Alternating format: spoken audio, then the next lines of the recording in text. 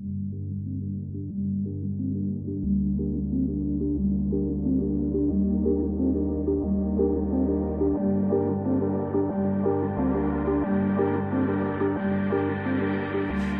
vais faire un petit détour pour commencer, pour poser on va dire une nouvelle grille de lecture. On ait des nouvelles lunettes qui vont permettre d'essayer de faire voir la pertinence, la pertinence qu'on pense avoir avec ce type d'approche. Donc ma nouvelle grille de lecture, l'idée c'est qu'aujourd'hui on a du temps, donc là à titre individuel mais comme collectif, et on utilise ce temps pour répondre à nos besoins. Donc j'ai mis un S. Nous là on va se focaliser principalement sur les besoins qu'on peut appeler premiers ou besoins physiologiques. On ne va pas parler pas dans besoins de spiritualité ou de...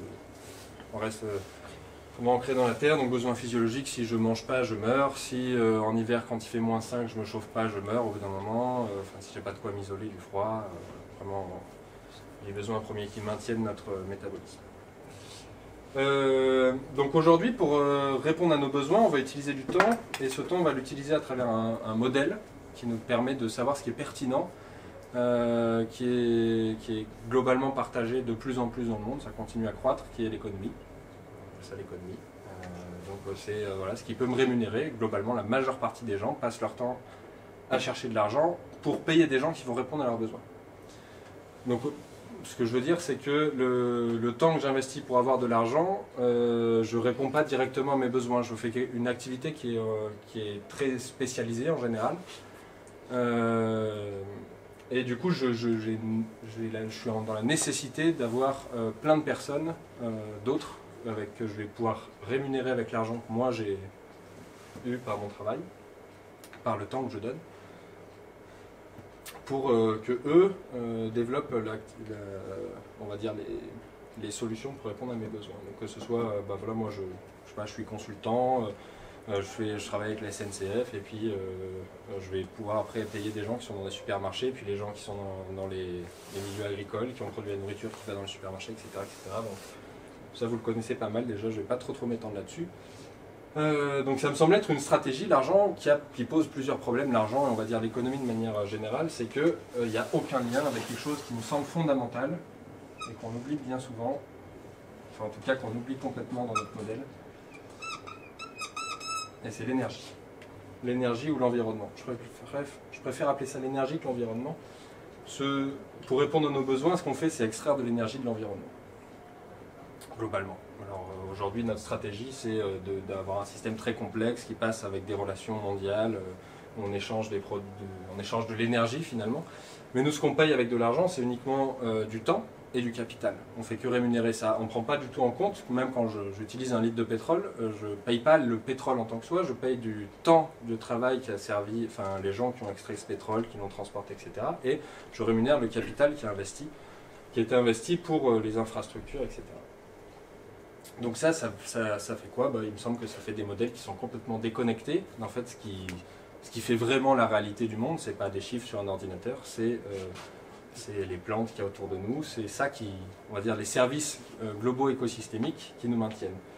Et si on ne les prend pas en compte, je vais faire une petite métaphore qui me semble assez pertinente. Ça me semble être des cellules cancéreuses qui ne prennent pas en compte leur environnement.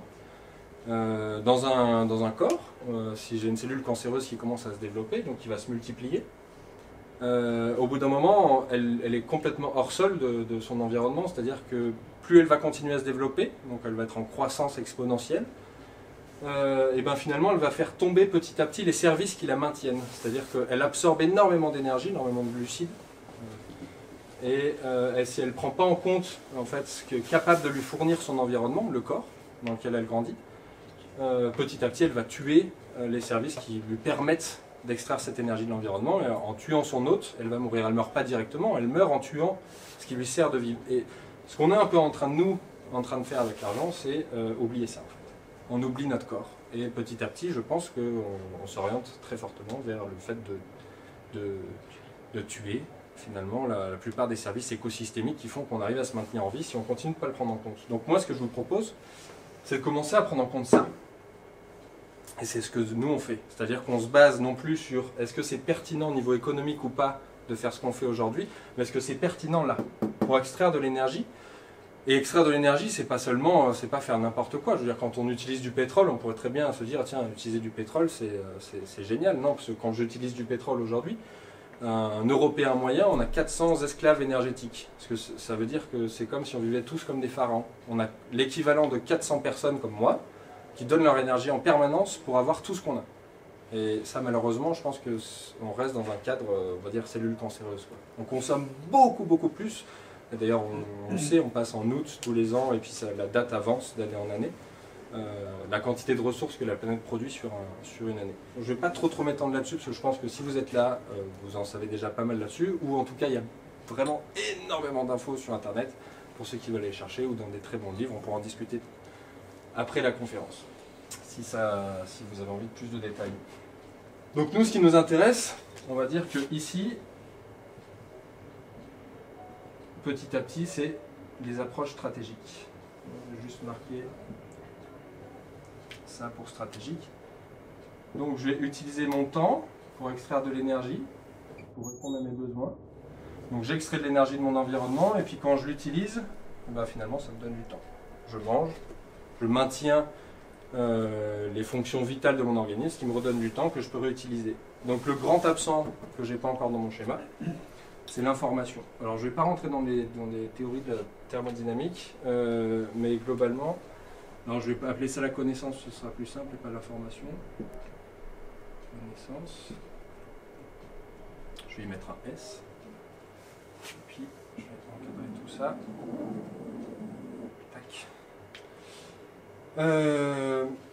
Donc l'absence, c'est ça, c'est la connaissance. C'est-à-dire que la connaissance, en fait, elle détermine mon environnement. Donc je vais avoir un lien déterminant et inversement. Dans le sens que, aujourd'hui, par exemple, je ne sais pas s'il y en a d'entre vous qui s'intéressent aux plantes sauvages, mais il y a plein de plantes comestibles qui sont partout autour de nous. Moi, je commence à m'y intéresser fortement. D'ailleurs, on fait un atelier sur la construction d'un séchoir solaire la semaine prochaine ici, notamment pour travailler avec les plantes sauvages et puis faire de la conservation. J'en parlerai, parce que ça concerne l'énergie thermique aussi. Donc ça détermine mon environnement, mes connaissances, parce que si je ne connais pas qu'il y a des plantes sauvages, que je ne sais pas les identifier, je ne sais pas les reconnaître, ben je ne peux pas les utiliser. Donc cette énergie, elle n'existe pas pour moi. Si je n'ai pas cette connaissance-là, cette énergie n'existe pas. Je ne peux pas l'utiliser.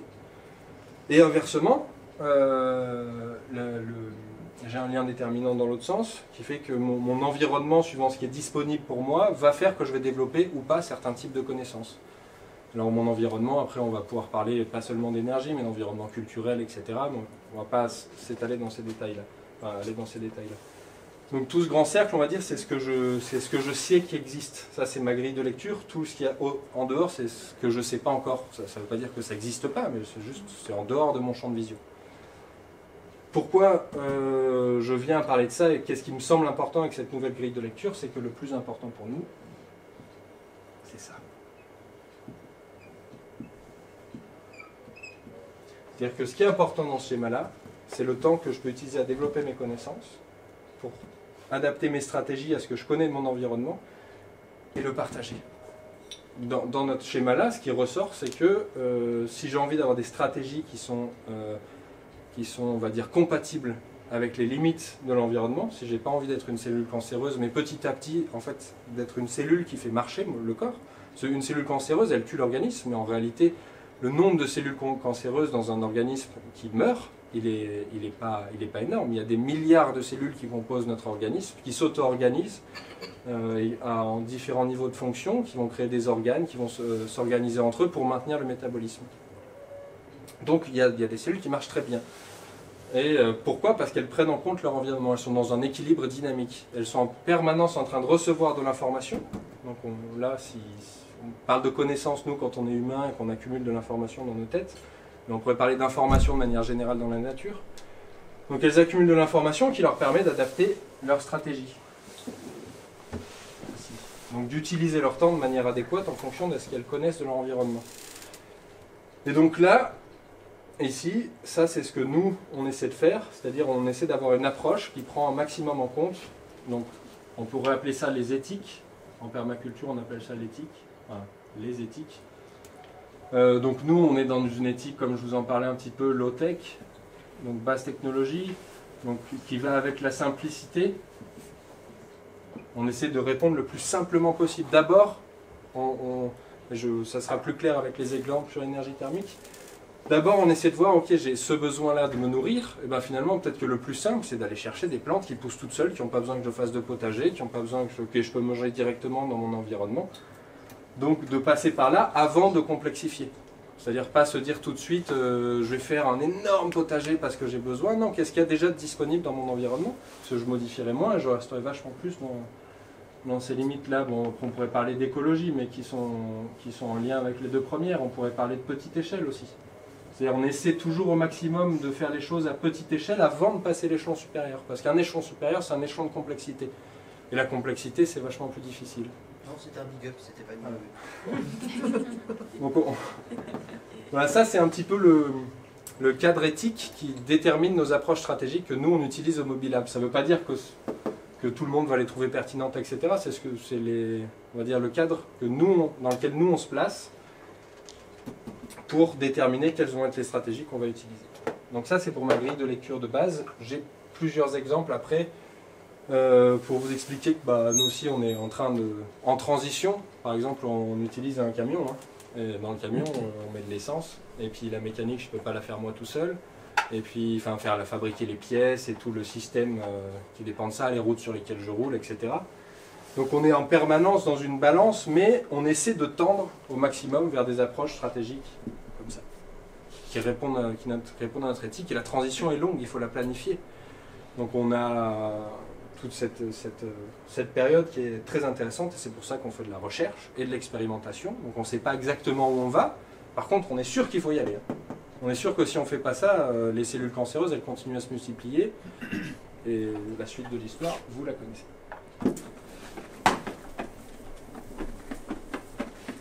Et donc pour parler un petit peu plus précisément, du coup, maintenant qu'on a cette grille de lecture, de l'autonomie en énergie thermique. Alors l'exemple, il est basé sur nous. Donc là, je vais préciser en gros ce qu'on avait dans les stratégies. Alors je vais reprendre les besoins. Donc quand je parle d'énergie thermique, finalement, à quel besoin je vais faire référence? Donc là, c'est très personnel. Je veux dire, on peut considérer qu'il faut qu'il fasse 35 degrés dans sa maison tous les jours. Chacun y met ce qu'il veut. Nous, on essaie d'aller vers là. La simplicité au maximum. Donc pour en citer que 3, par exemple, on va dire qu'avoir chaud en hiver dans nos contrées, des fois c'est quand même sympa. Cet hiver on a eu des moins 10 des fois, voilà, c'est difficile de survivre longtemps dans des climats très froids.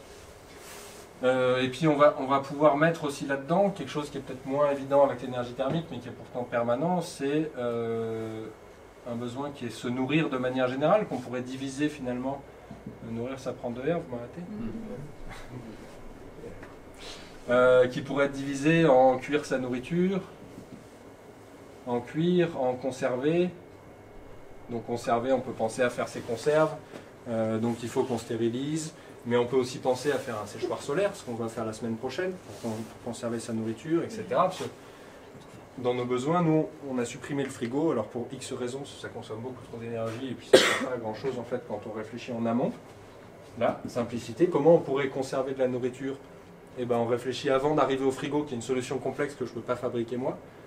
On a réfléchi à plein d'autres choses, et en fait on se rend compte qu'on a très très peu besoin de frigo en réellement. Et puis bon, pour le luxe, mais la plupart d'entre nous seront d'accord ici, parce que, pardon, je vais mettre un petit 3. La plupart d'entre nous seront d'accord si on a quand même ces habitudes-là, c'est se doucher avec du chaud. Parce que quand il fait moins 10 dehors et puis qu'on rentre dans notre camion, c'est quand même bien d'arriver à prendre une douche chaude. On pourrait continuer, mais on va se contenter de ça. Pour le moment, c'est déjà pas mal. Comme besoin, ça nous suffira à développer un petit peu ce que je veux, là où je veux aller. Donc, je vais utiliser mon temps pour répondre à ces besoins. Mon temps qui est toujours lié à ma connaissance. Donc ça, je vous refais un peu la grille de tout à l'heure. Et mes connaissances, donc dans lesquelles j'ai mes éthiques. qui vont déterminer un petit peu la suite. Donc là, on va passer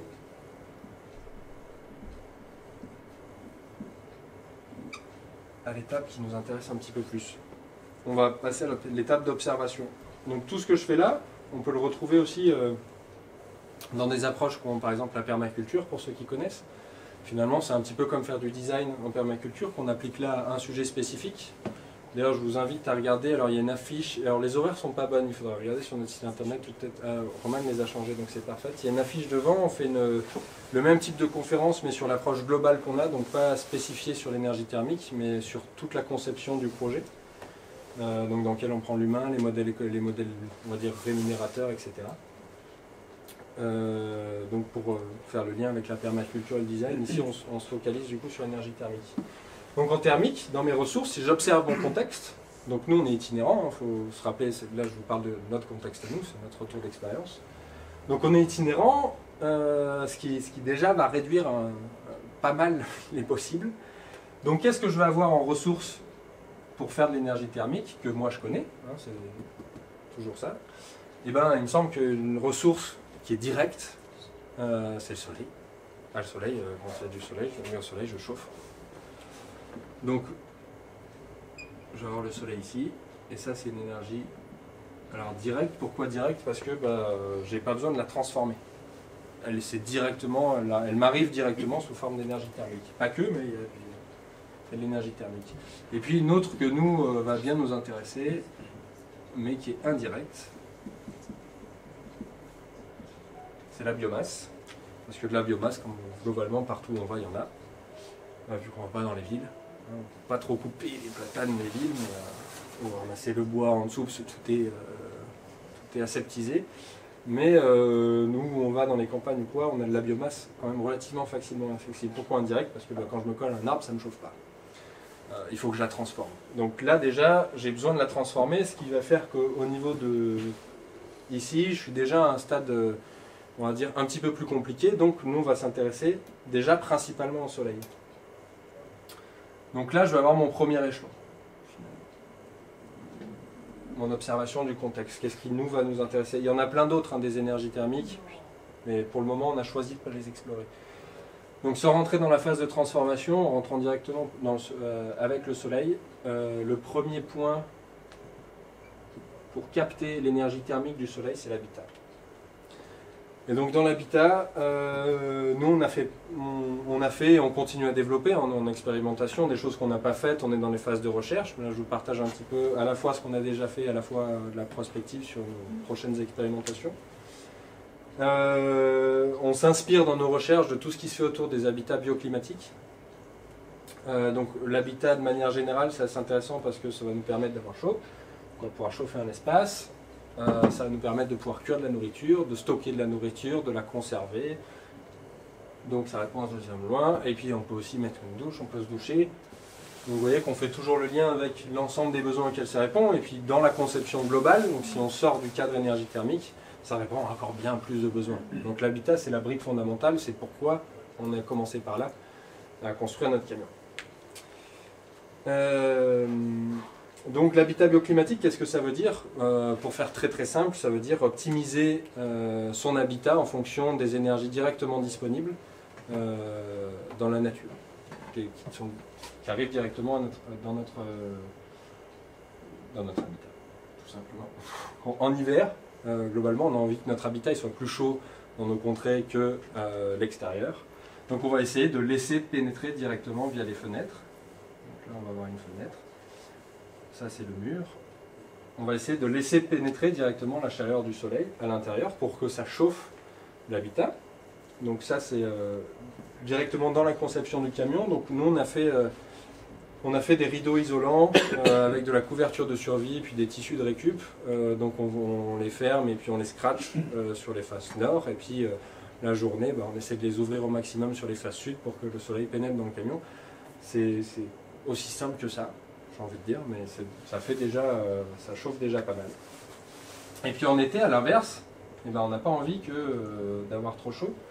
Donc dans un habitat bioclimatique, en général, ce qu'on fait, c'est on met comme des casquettes, on appelle ça des casquettes, où bon, il y a plusieurs options, on peut avoir des plantes, on peut avoir voilà, plein de choses qui fonctionnent comme ça. Mais qui vont faire que donc là, en hiver, le soleil va être par là, donc il va taper en dessous de la casquette, et puis en été, il sera par là. Donc en fait, le mur et les fenêtres vont être protégés des rayonnements du soleil. Donc nous, vu qu'on se déplace et que le camion, bah, il est jamais orienté, enfin on ne sait jamais avant d'arriver sur site comment on va pouvoir l'orienter. Je suis en train là parce que c'est le premier été où on va vraiment vivre dans le camion. Avant, on était déjà parti sur la route depuis plus d'1 an, mais on n'a pas encore passé un été en vivant dedans. On vit seulement dedans depuis décembre. Ça nous prend pas mal de temps à construire vu qu'on n'y connaissait rien. Après, bon, on essaie d'optimiser aussi les ventilations. Donc ça, c'est, on va dire, capter ou se protéger de l'énergie thermique du soleil. C'est la première phase de l'habitat. Et puis après, c'est conserver la chaleur quand on en a besoin. Donc c'est gérer les flux finalement. La stocker et gérer les flux, ou la faire sortir quand on n'en a pas besoin. Donc après on a des systèmes de ventilation qui sont inspirés, pareil, je ne vais pas trop rentrer dans les détails de ce qu'on fait, des systèmes de ventilation où on va par exemple faire descendre l'air chaud en hiver dans la pièce. L'air chaud va plutôt avoir tendance à s'accumuler en haut, puis la pièce où vraiment on vit, on a besoin d'air chaud, c'est là. Donc on va tirer de l'air d'en haut et puis on va envoyer l'air sous le camion. Pour que l'air chaud reste en fait dans la pièce où on passe la majeure partie du temps. Et puis là en fait le plancher est à 30-40 cm au-dessus du bas des murs, donc ça fait comme une petite bulle d'air chaud sous le plancher, dans l'idée. C'est plutôt ça, puis en été on va plutôt faire l'inverse, on va tirer de l'air de l'extérieur, de sous le plancher, parce que sous le plancher sera toujours à l'ombre, donc toujours plus frais, et puis on met que l'air chaud qui s'accumule là, il sort directement dehors. Donc ça c'est pour l'habitat. Après avec le soleil, nous on fait d'autres choses. Et là si Marie tu peux... non, passer encore. Voilà. On fait d'autres choses, on va faire des capteurs. Alors on en fait différentes sortes, peut-être pas tout détaillé. Ça c'est un prototype de séchoir solaire que je suis en train de construire qui n'est pas fini, donc pour faire sécher des plantes. Dans la ferme où on est en ce moment, chez Agnès et Thierry, qui sont juste là. Ça c'est un prototype de chauffage à convection, donc l'air rentre par là et puis il serpente comme ça avant de sortir ici. Ça chauffe, l'air circule, mais vu que le plexi a trop chauffé, il s'est gondolé, parce que c'est des plexis de récup, c'est entièrement, enfin c'est absolument que de la récup tout ça. Ça c'est une vitre d'un camion Renault qu'il y avait qui avait démonté il y a très longtemps, une tôle, ça c'est à l'intérieur le corps noir, on appelle ça le corps noir sur un capteur, là c'est des tubes de cheminée que j'ai découpés et puis repliés pour faire le capteur. Mais du coup celui-là a priori on va le laisser tomber, on va s'orienter vers un capteur double, donc double fonction, parce que l'hiver, donc là il y a une grille de frigo à l'intérieur, donc vous aurez plus de détails dans les photos d'après. Mais l'hiver, du coup, lui va nous servir à chauffer de l'air, parce que l'hiver on chauffe, je vous le verrai un petit peu plus tard, notre eau avec un poêle roquette. Vu qu'on fait du feu quasiment tous les jours pour chauffer, on utilise aussi de la chaleur du bois en extrait pour chauffer notre eau. C'est vachement plus facile que d'avoir un capteur à l'extérieur et puis ensuite de transporter les calories thermiques à l'intérieur du camion. Il faut qu'il y ait des passages, il faut que les tuyaux soient isolés, s'il y a du fluide, il faut que ce soit en antigel, donc on ne peut pas le faire passer. Enfin, techniquement, c'est beaucoup moins simple. Donc on chauffe à l'intérieur du camion avec le poêle l'eau, et à l'extérieur, du coup, on va chauffer l'air. Donc l'idée, ça serait que l'air soit chauffé dans le panneau, donc comme celui-là, et puis que l'air qui rentre, du coup, qu'on tire, si tu peux revenir en arrière sur les photos du camion, l'air qu'on tire de l'extérieur dans la chambre, qu'on fait descendre, et bien que l'air soit déjà préchauffé par ce panneau-là pendant la journée. Tu peux revenir sur la photo d'après. Et en été, du coup, là on met une petite grille de frigo donc pour faire passer un fluide, un fluide calorifique qui va transporter les calories thermiques. Et ça va nous servir à chauffer de l'eau en été parce qu'on n'a plus notre poêle.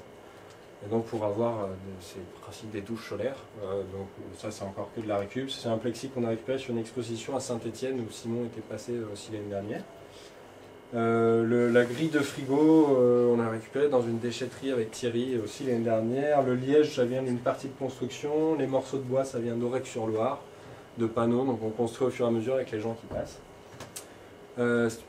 Suivant. Donc ça c'est pour vous montrer un petit peu plus en détail sur le capteur, comment ça s'est fait, donc avec les circulations et puis les tubes. Encore passer. Là encore pendant la construction. Voilà, ça c'était la première version. Ça c'est, voilà, on voit un petit peu mieux. Donc l'idée c'est pas d'arriver à des, on va dire à des rendements industriels, bien qu'on essaie au maximum d'avoir les meilleurs taux de retour énergétique par prototype qu'on fait. Mais là c'était vraiment d'essayer de comprendre un petit peu comment ça marche, voir si ça marchait déjà, et c'est entièrement de la récup. Ça c'est un petit peu un autre truc, c'est d'essayer il y a tellement de matériaux qui sont jetés, peut-être que Céline qui est derrière, qui gère la recyclerie du tiers-lieu ici, pourra vous en parler un peu plus informellement tout à l'heure, mais c'est des quantités absolument faramineuses. Et ça, je vais mettre espace, c'est pendant la construction du capteur. Donc là, je découpe une tôle que je mets à l'intérieur de la partie qui va être exposée au soleil. Pourquoi on fait ça d'ailleurs pour sécher des plantes et pourquoi on ne les étale pas directement au soleil? Ça marche, hein, ça c'est la version la plus simple, mais parce que les UV brûlent une partie on va dire des choses qui sont intéressantes dans la plante, des éléments nutritifs. Donc c'est plus intéressant de chauffer de l'air d'abord et puis ensuite de le faire circuler dans un placard où on va mettre ce qu'on appelle des clés dans un séchoir. C'est comme des petites étagères avec du maillage très fin sur lequel on pose nos plantes et qui laisse circuler l'air. Et donc l'humidité qui s'en va. Donc voilà là où il en est aujourd'hui. J'ai pris la photo juste tout à l'heure. Ça c'était quand on construisait du coup le cadre. Quand on construisait le cadre du panneau solaire qu'on va finalement utiliser nous. Donc parce qu'il est isolé, et puis du coup qu'en hiver ça marchera bien mieux pour... Donc là on était en Rec-sur-Loire, il y avait le camion juste là, dans un tiers-lieu qui aujourd'hui qui n'existe plus, parce que c'était un prêt par la mairie d'un bâtiment à côté d'une déchetterie. Donc le lieu avait été monté spécialement à côté d'une déchetterie pour travailler avec des projets de recyclage, ce qui est assez intéressant. Ça du coup c'est dans une petite vidéo où on fait un aperçu de tous les épisodes qu'on allait sortir a priori pendant l'hiver, mais bon on prend toujours du retard par rapport à ce qu'on imagine qui va se faire. Voilà, ça c'est la dernière photo du capteur. Donc en capteur solaire on va avoir le séchoir.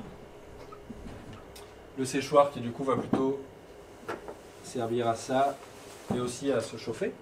Pas à se chauffer pardon, n'importe quoi, on va plutôt avoir après là, donc le capteur à convection qui lui va servir à nous chauffer et qui va servir aussi à prendre des douches chaudes pendant l'été. Donc si je continue maintenant pour sortir un petit peu de tout ce qui est captation du soleil et s'orienter un peu sur la biomasse. Donc là on va passer par une étape en plus, c'est la transformation. Donc on va avoir soit de la combustion, soit de la fermentation pour produire de la chaleur, en tout cas que nous on a choisi d'explorer.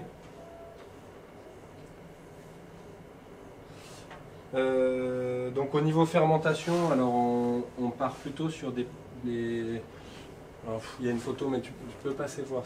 Voilà. Ça c'est justement, ça c'est des systèmes Jampin, je ne sais pas si ça en parle à quelques-uns. Bon, ça c'est évidemment des trucs qu'on ne transportera pas avec le Mobilab, c'est plutôt des projets qu'on aimerait explorer. Je suis en lien avec quelqu'un qui fait des réacteurs Jampin. Donc l'idée c'est de mettre là c'est du BRF, un certain type de BRF particulier. Ça va produire de la chaleur en fermentant et puis en plus on peut réutiliser après ce qui est fait. Donc on fait passer une résistance à l'intérieur. Là il y a aussi un bidon, ça sert aussi de méthaniseur. Le méthaniseur ça transforme avec des bactéries, des déchets alimentaires en gaz. Donc là c'est à toute petite échelle, hein, parce que la plupart des méthaniseurs qu'on connaît c'est très gros dans les fermes qui font de l'élevage en général, où ils ont beaucoup de matière organique.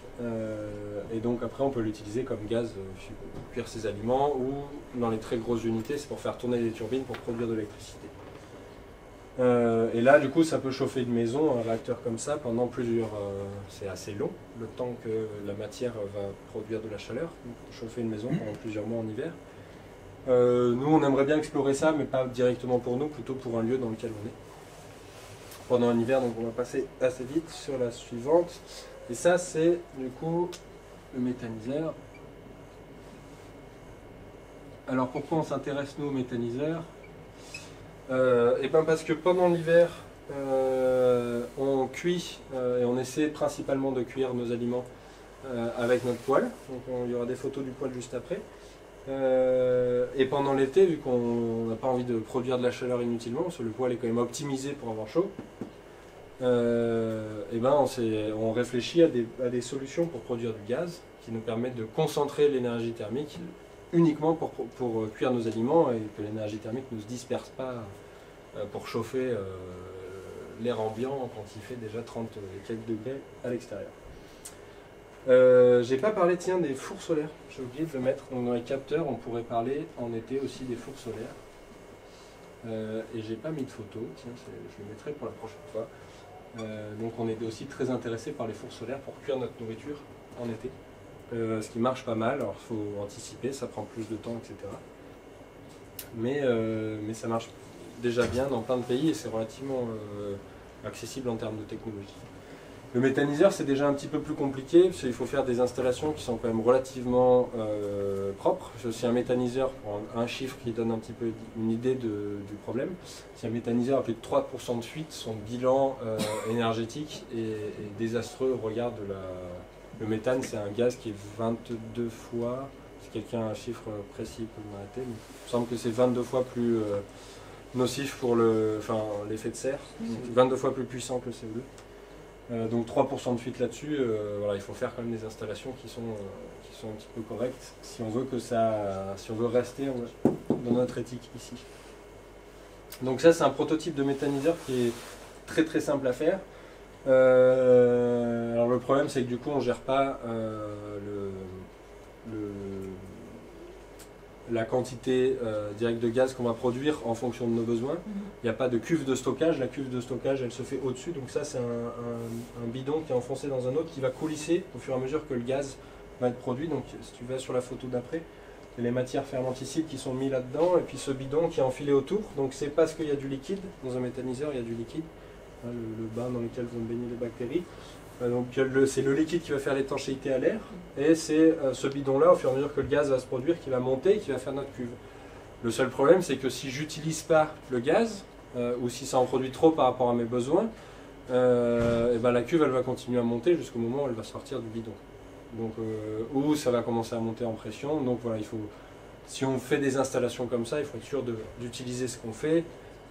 Et puis on ne peut pas le laisser, une fois qu'on l'a démarré, produire du gaz sans l'utiliser, c'est plutôt catastrophique. Donc ça, il faut quand même bien le penser. Donc ça, je vais peut-être faire un prototype cet été dans un lieu pareil. Donc l'idée c'est, nous on ne va pas transporter des bidons avec du méthane, c'est quand même des gaz qui sont, c'est dangereux, c'est inflammable et puis ça explose. Donc c'est plutôt pour les faire dans des lieux où on passe, donc à petite échelle. Donc par exemple pour un collectif, une cuisine partagée en extérieur. Là cet été on va en Bretagne tout l'été et on va travailler avec d'autres gens qui sont un peu dans nos démarches. Donc je vais proposer de faire ça. Et pourquoi on se rentre sur le méthaniseur plutôt en été? Parce que un des gros problèmes du méthaniseur, c'est que pour que les bactéries, comme dans notre ventre, pour que les bactéries qui nous aident à la digestion fonctionnent bien, elles ont besoin d'une certaine température. Chez nous, c'est 37 degrés. Et celles-là, elles ont besoin au minimum de... Vraiment, le grand minimum, c'est 20, mais ça commence à fonctionner bien à partir de 22, 24. Donc en hiver, les cellules, comment elles font, celles qu'on utilise toute l'année, elles utilisent une partie du gaz qui est produit pour s'auto-chauffer, ou elles mettent des capteurs solaires ici, mais quand il n'y a pas de soleil, il faut qu'elles utilisent une partie du gaz. Donc ça complexifie énormément déjà la chose. Donc c'est pour ça que nous, on s'en rentre là-dessus en été. Et parce que du coup ça nous permet de ne pas utiliser de la biomasse en combustion par notre poêle parce qu'on n'a pas besoin de produire de la chaleur pour chauffer un espace mais juste pour faire des aliments. Passer au suivant, je crois que c'est le poêle. Donc ça c'était le début du poêle roquette, donc c'est un prototype. Je vous disais en introduction que nous on travaille que sur des choses qui sont en open source. Donc on travaille avec des gens qui travaillent sur des modèles open source et ça c'est peut-être qu'il y en a parmi vous qui connaissent Barnabé, qui fait plein de poêles, avec qui je commence à discuter pas mal. Donc là, c'est des vieux extincteurs qu'on a récupérés, une bouteille de gaz et une casserole.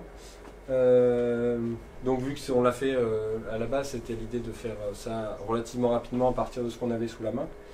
Finalement, j'ai pas trop pris le temps d'en refaire un autre parce que je vais récupérer des nouveaux extincteurs et puis finalement ils sont partis à déchetterie. Enfin, la personne, on s'est croisé avec les extincteurs dans le lieu où on était cet hiver, donc j'ai pas pu en refaire. Mais, du coup, il y a quelques problèmes de dimensionnement dus aux tailles qu'on avait sous la main. Mais il marche déjà bien, il nous a chauffé tout l'hiver. Donc tu peux faire la photo suivante. Donc en fait, l'extincteur principal, le plus long, on l'a mis en travers. Je vais peut-être faire un petit dessin pour qu'on voit l'intérieur. En gros, là, c'est la bouteille de gaz. Vous m'excusez pour les... Devant, on va plutôt faire l'arrière, déjà, si on peut avoir assez de place. Donc là, on va charger le bois. Ici, là devant. Là, on va avoir notre petite trappe donc pour gérer le flux d'air. Donc ça va se fermer, hein, le conduit du bois, pour que un poêle roquette, le principe c'est que ça optimise la combustion du bois, donc on a un bien meilleur rendement. Pour la même quantité de bois brûlé, on va récupérer beaucoup plus d'énergie thermique, c'est pour ça que nous on s'intéresse à ça, parce qu'on préserve un maximum de notre ressource primaire pour répondre à nos besoins. Donc ça c'est traversant, et à l'intérieur je vais avoir donc, une cheminée qui va monter, là c'est fermé. Cette partie-là, donc ça on appelle ça le réacteur, et ça c'est des réacteurs en J, donc des types de roquettes, il y en a plein, il y a plein de gens qui font ça, je vous invite à regarder si ça vous intéresse. La casserole elle vient dessus, ici, là elle est retournée, et on a une double paroi à l'intérieur avec, sur tout le tour, on va avoir du sable. Donc ce qui est très intéressant avec ce type de poêle, et là on a le bas de la bouteille de gaz avec les pieds. Et là, l'évacuation du coup de la cheminée. Donc la combustion se fait à l'horizontale, les flammes montent dans la cheminée, elles vont taper sur la casserole et puis l'air chaud redescend avant de ressortir par là. Donc là, nous, ça nous fait notre plaque de cuisson. Là, j'ai une grosse casserole sup pour tester. Le sable va maintenir de la chaleur, donc ça va faire de l'inertie. C'est de la masse. Bon, alors, dans un camion, on ne peut pas transporter des briques réfractaires en quantité, on ne peut pas faire un poêle de masse en tant que tel. Donc ça c'est ce qui nous paraissait compromis un peu intéressant. Et puis on va aussi stocker la chaleur avec notre système de chauffage d'eau. Donc nous on a fait passer un serpentin en cuivre. Alors je ne sais pas s'il y est dans les prochaines photos, je ne sais pas si je l'ai mis. Ouais, bon là on voit 2 serpentins de récup. Depuis j'ai changé parce que ça c'était de la récup d'un tube de cuivre. Alors j'avais 15 mètres, c'était génial. Mais c'était du 6 mm et le 6 mm c'est pas standard et je trouvais aucun raccord pour brancher mes tuyaux du cuivre, on n'avait pas de fer pour souder, etc. Pas des soudures à l'état. Pour du cuivre, donc du coup j'ai finalement acheté un tube de 8 mm. Là j'ai pu trouver des raccords. J'ai pas fait de la récup complètement pour ce poêle là, mais sinon tout le reste c'était gratuit. Et donc on va utiliser du coup la chaleur qui est transférée par le circuit de chauffage de l'eau pour chauffer notre réservoir d'eau qui va lui nous stocker de la chaleur. Un peu ça l'idée. Donc pour que la masse soit pas seulement faite par le sable. J'ai oublié de noter, mais du coup dans la combustion là on va avoir notre poêle roquette. Donc Barnabé, ce modèle là il l'appelle un poêle dragon. Donc c'est lui qui l'a fait, et lui aussi documente du coup entièrement ses solutions en open source. Dans le méthaniseur, là c'est pas la solution finale, parce que là je produis du gaz mais je ne l'utilise pas encore. Il est obligé de repasser par une étape de transformation. Et ici on pourrait appeler ça transfo. Et puis là c'est plutôt les prototypes. Donc c'est plutôt la partie finale prototype. Donc le méthaniseur il repasse par un espace de transformation où là on va, donc de la combustion, on va brûler le gaz et avec des brûleurs classiques, on peut en récupérer aujourd'hui des gazinières. Moi quand je suis arrivé à Lyon, où j'ai fait mes études et qu'on s'est rencontré avec Roman, j'ai meublé tout mon appartement avec de la récup. Ça marche très bien, je récupère un frigo, une gazinière, un four, des tables. Sur le site de dons, les gens donnent plein de choses, ils déménagent et puis ils donnent. Ça les embête de se déplacer avec leur matériel. Donc là on voit que sur cette partie-là, pour revenir à ça, le tube était fermé, donc avec un tube de cheminée que j'ai récupéré. Et voilà pour cette partie là. Donc le méthaniseur, on va dire que ça répond à mon besoin de me nourrir. Avoir chaud, on va le laisser de côté. Se doucher, c'est pareil, il peut chauffer de l'eau, mais bon, en été, on va plutôt utiliser le soleil pour chauffer de l'eau. Et puis le poêle roquette, lui, par contre, il répond à avoir chaud, cuire ma nourriture, et puis me doucher. Donc si on regarde ça, pourquoi je note à chaque fois mes besoins? Parce qu'on voit qu'en énergie thermique, les deux choses principales qui nous intéressent, ça va être d'optimiser notre habitat et puis d'optimiser ça. Globalement, ce qui est le plus important pour nous à l'année, c'est ces deux choses-là. C'est d'ailleurs les deux premières choses qu'on a fait. Le méthaniseur, on ne l'a pas encore fait, on n'a pas fait de prototype. On en a vu plein, on est passé dans des lieux à Lyon, ils en ont fait un, etc. Et puis tout ce qui est là en séchage ou en convection, etc. C'est déjà en cours de prototypage, mais il y a pas mal d'améliorations à faire pour que ce soit, on va dire, vraiment efficace, utilisable. Je vais effacer les détails.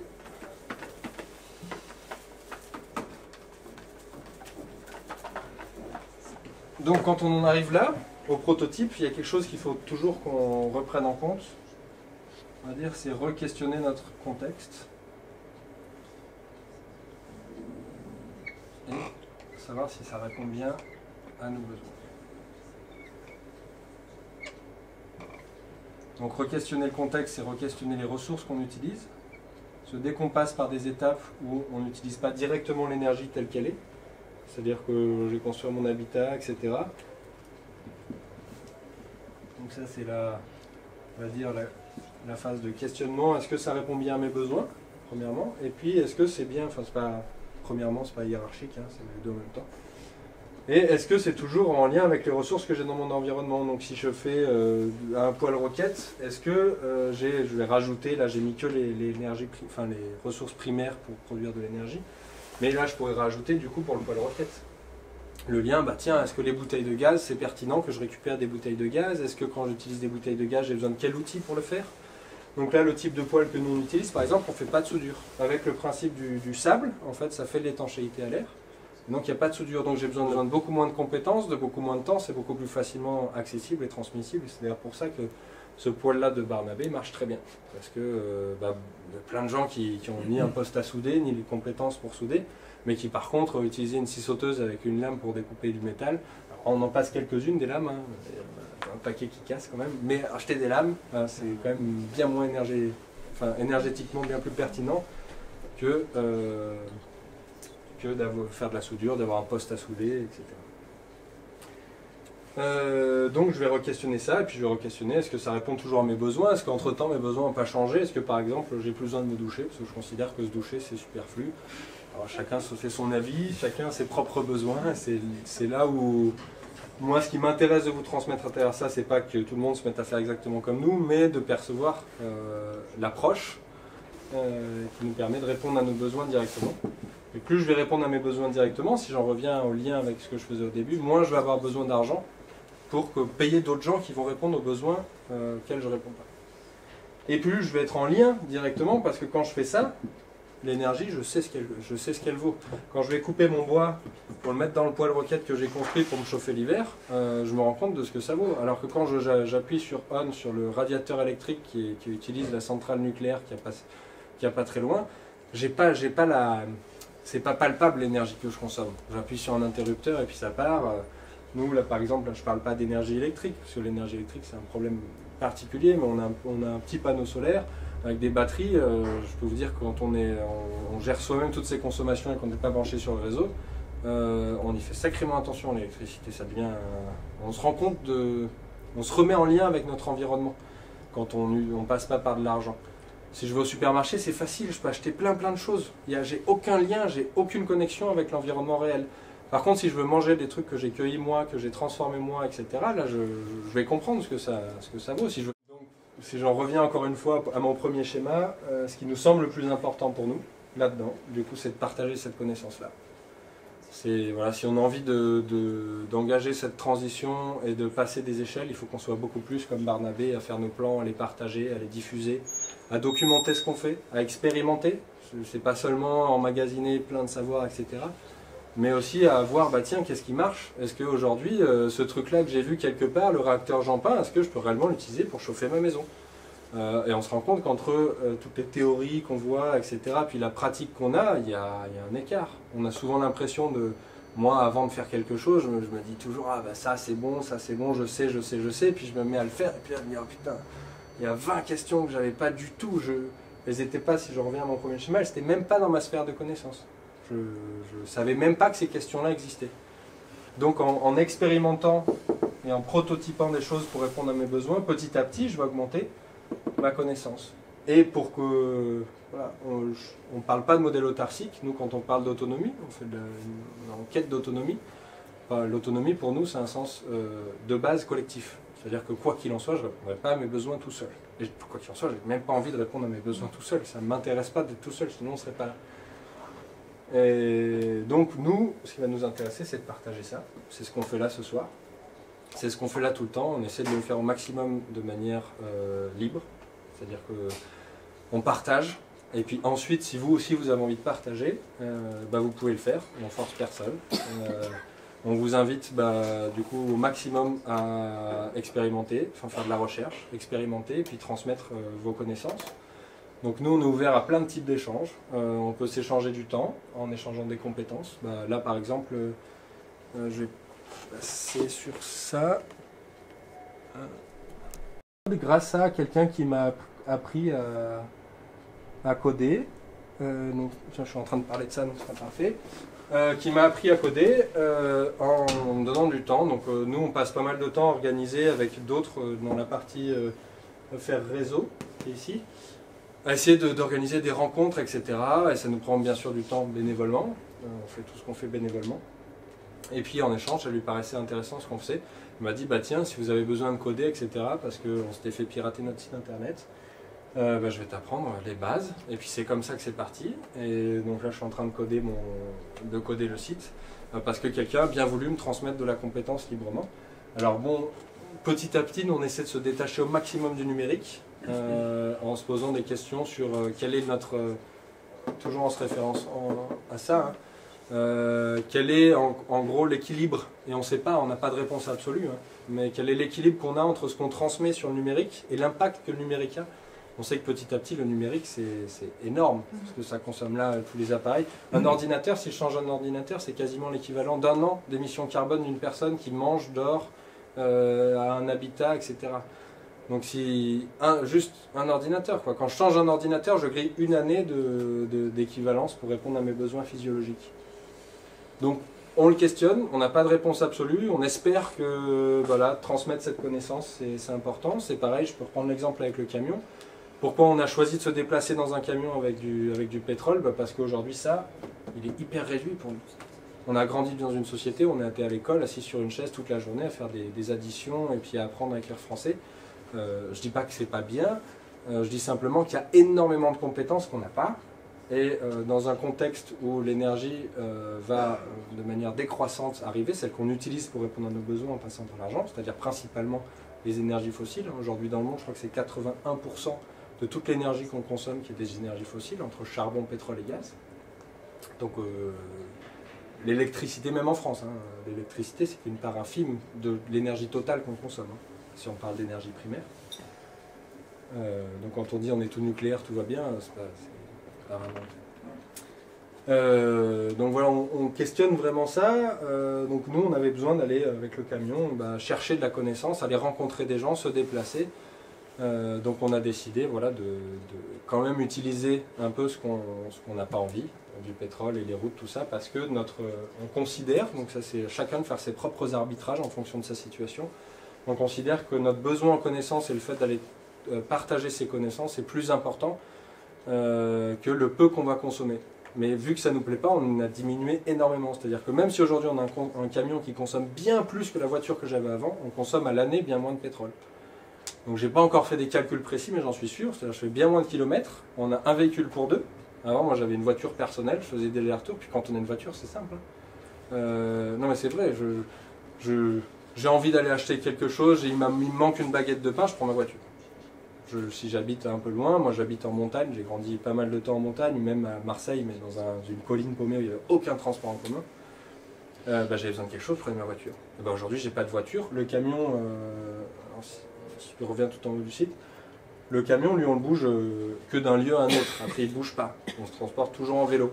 Quand je dois me déplacer en vélo, j'ai réfléchi à 2 fois. Hein. Parce que c'est l'énergie que je consomme pour me déplacer, c'est ça, c'est pas le pétrole. Donc c'est ce que ça me demande un certain effort. Puis si je veux revenir avec 6 packs de bière, avec le vélo, c'est différent. Hein. On se rend compte, l'énergie devient palpable. Elle est pas, c'est beaucoup moins abstrait. Voilà, c'était le petit détour sur le camion pour vous dire que voilà, aujourd'hui, même si on continue à utiliser du pétrole, on considère que c'est suffisamment important d'aller transmettre, d'aller apprendre et transmettre cette connaissance parce qu'elle était plus disponible dans notre environnement. Mon père, par exemple, il est dans une famille où ils ont 6 enfants. Donc, mes grands-parents ont eu 6 enfants dans mon père.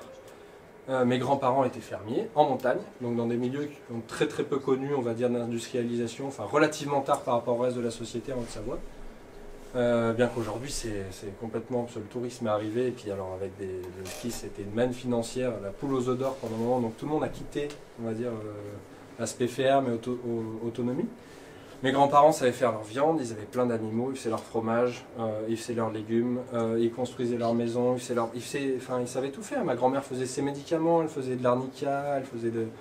Voilà, ils connaissaient les plantes de montagne, ils connaissaient leur environnement. Des 6 enfants, il n'y a personne qui sait faire de la viande. Ils savent à peine 1 ou 2 faire du fromage, mais ça fait 40 ans qu'ils n'en ont pas fait. Et ils construisent plus les choses eux-mêmes. Voilà, alors c'est pas un jugement, je ne suis pas là pour leur jeter la pierre, mais juste, voilà, c'est le constat qui est posé aujourd'hui, c'est comme ça. Donc nous, voilà pourquoi on a eu besoin d'aller chercher auprès de ceux qui font cette connaissance-là. Donc pour en revenir à la participation libre, si tu cliques ici, c'est en même directement. Bien fait. Hein.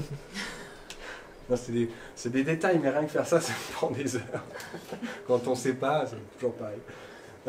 Donc voilà, on vous invite à échanger des compétences, à partager vos connaissances, à partager ce que vous savez faire, donc à le documenter, à venir nous voir, si vous ne savez pas documenter ce que vous faites, à venir nous voir, à le documenter avec nous, nous apprendre des choses, à échanger du matériel, à monter des recycleries comme ça se fait ici pour que on optimise. Nous on parle souvent de transition entre de la propriété lucrative et individuelle à de la propriété d'usage. C'est pas parce que j'ai plein de choses chez moi que si je les utilise pas, ça sert à rien. Et c'est beaucoup d'énergie qui a été mise dans des objets. Aujourd'hui, faire des vêtements, par exemple, c'est une énergie incroyable si on parle d'énergie dans l'environnement. Mais vu qu'on la paye pas, eh ben, on a des quantités de vêtements, c'est par-dessus la tête. Et on a des friperies et on organise tout un système derrière avec ça. Mais si on devait payer réellement, si notre système aujourd'hui prenait en compte ce que ça vaut l'énergie, je veux dire, on ne jetterait pas un vêtement. Hein. Les tissus, moi je suis en train de m'intéresser aux tissus, à comment faire des tissus à partir du chanvre, etc. avec Thierry qui commence à faire du chanvre en semi-direct, pas loin d'ici. Faire des tissus, je peux vous dire que là je suis dans la partie recherche, je n'ai pas encore expérimenté, mais alors je suis sûr que je vais y passer un sacré paquet d'heures avant d'avoir ne serait-ce qu'un bout de tissu grand comme ça. Et puis qui sera certainement pas aussi doux que mon t-shirt industriel, bien qu'il soit bio et équitable. Et puis après, voilà, de l'argent. Aujourd'hui, on est dans une phase de transition, je ne sais pas répondre à tous nos besoins, et j'utilise encore de l'essence, c'est ce qu'on vous disait tout à l'heure. Donc aujourd'hui, on a encore besoin d'argent, et la plupart d'entre nous, c'est le cas. La plupart d'entre nous, on ne sait pas répondre à nos besoins, même dans les lieux donc, autosuffisants, entre guillemets, dans lesquels on va voir, qui sont vraiment dans cette démarche à plein temps.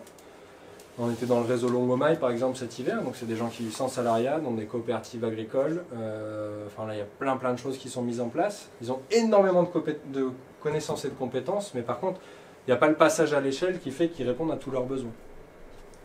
La totalité. Par exemple, tous les lieux produisent de la nourriture, de la viande, plein de choses, mais pas en quantité suffisante, donc ils ont toujours besoin d'acheter.